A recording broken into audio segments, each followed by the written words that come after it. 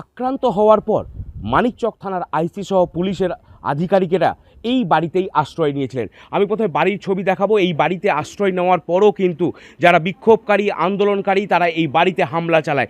ছবি দেখাচ্ছি, দেখো যে এই যে বাড়ি, সেই বাড়ির সামনে মোটর বাইক রাখা আছে, সেই মোটর বাইক ভাঙচুর করা হয়, লোহার গ্রিল ভাঙচুর করা হয়, অ্যাসবেস্টাস যে বাথরুম রয়েছে এই বাড়ির, সেই বাথরুমে অ্যাসবেস্টাসে ভাঙচুর করা হয়, জানলার কাঁচ ভেঙে দেওয়া হয়, পুরো এই যে বাড়ির সামনের এলাকাটা তছনছ করে দেওয়া হয়।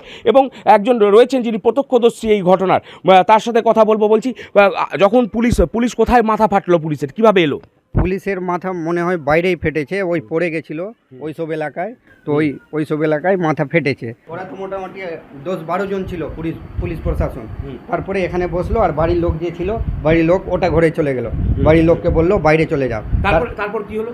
তারপর আবার কখন এলো ওই যারা ছিল এখানে ভাঙচুর করছে? যারা ছিল ওরা তো কন্টিনিউ ঢিল ফেলতে আছে ওদিক থেকে, মোটামুটি একবারে 100টা ঢিল চলে আসছে। ওরা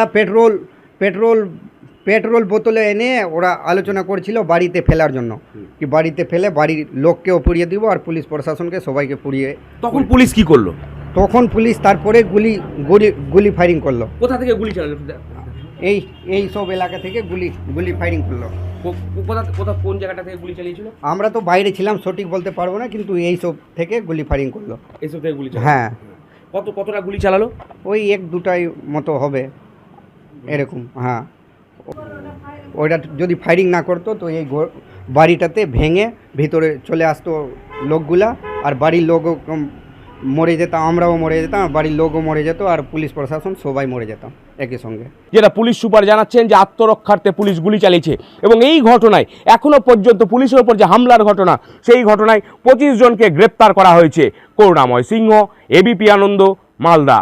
আর এবার আপনাদের দেখাবো মালদার মানিকচকের ছবি, যেখানে গতকাল দফায় দফায় রণক্ষেত্র পরিস্থিতির সৃষ্টি হয়েছিল, উত্তেজনা ছড়িয়েছিল। কাল যে মানিকচক রণক্ষেত্র হয়ে উঠেছিল, আজ সেখানে পরিস্থিতি থমথমে।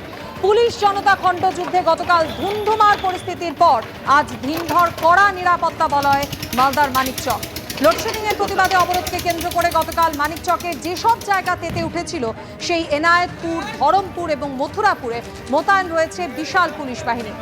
মালদা জেলার পুলিশ সুপার জানিয়েছেন, গতকালের অশান্তির ঘটনায় এখনো পর্যন্ত মোট 25 জনকে গ্রেফতার করা হয়েছে। পথ অবরোধকে কেন্দ্র করে গতকাল রণক্ষেত্রের চেহারা নেয় মানিকচকের এনায়েতপুর। পুলিশের বিরুদ্ধে গুলি চালানোর অভিযোগও সামনে এসেছিল। আহত হন 2 জন গ্রামবাসী। ইট বৃষ্টিতে রক্তাক্ত হন আইসি সহ 3 পুলিশ কর্মী। এলাকায় সিপিএম এবং আরএসপির ডাকে আজ 12 ঘন্টার বন্ধ হয়েছে, বেশিরভাগ দোকানপাটই বন্ধ। গতকালকে ছবি আপনাদেরকে দেখাচ্ছি, যখন মালদার মানিকচক একেবারে রণক্ষেত্র হয়ে উঠেছিল, পাশাপাশি আজ সেখানকার পরিস্থিতি থমথমে পরিস্থিতি, এবং যে সমস্ত জায়গা গতকাল উত্তপ্ত হয়ে উঠেছিল, সেই সমস্ত জায়গায় আজ বিশাল পুলিশ বাহিনী মোতায়েন করা হয়েছে। পাশাপাশি আজ চলছে আরএসপির ডাকা 12 ঘন্টার বন্ধ। গতকাল ঠিক এই এলাকা, মানিকচকের এই এলাকা উত্তপ্ত হয়ে ওঠে, বিদ্যুৎ সংযোগ থাকে না, বিদ্যুৎ বিভ্রাট ঘটে। এরই প্রতিবাদে আন্দোলন চলছিল। এখানে পথ অবরোধ করা হয়, রাজ্য সড়ক অবরোধ করে বিক্ষোভ দেখাচ্ছিলেন স্থানীয় বাসিন্দারা। সেই সময় অগ্নিগর্ভ হয়ে ওঠে পরিস্থিতি। পুলিশকে যেমন মারধর করা হয়, পাল্টা পুলিশ গুলি চালায়।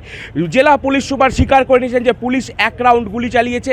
এই ঘটনায় উভয় পক্ষ, অর্থাৎ পুলিশ যেমন আক্রান্ত হয়েছে, পুলিশ আহত হয়েছে, পাশাপাশি কিন্তু 2 জন গ্রামবাসী, তাদেরও গুলি লেগেছে। এই মুহূর্তে প্রত্যেকেই মালদা মেডিকেল কলেজ হাসপাতালে চিকিৎসা চলছে।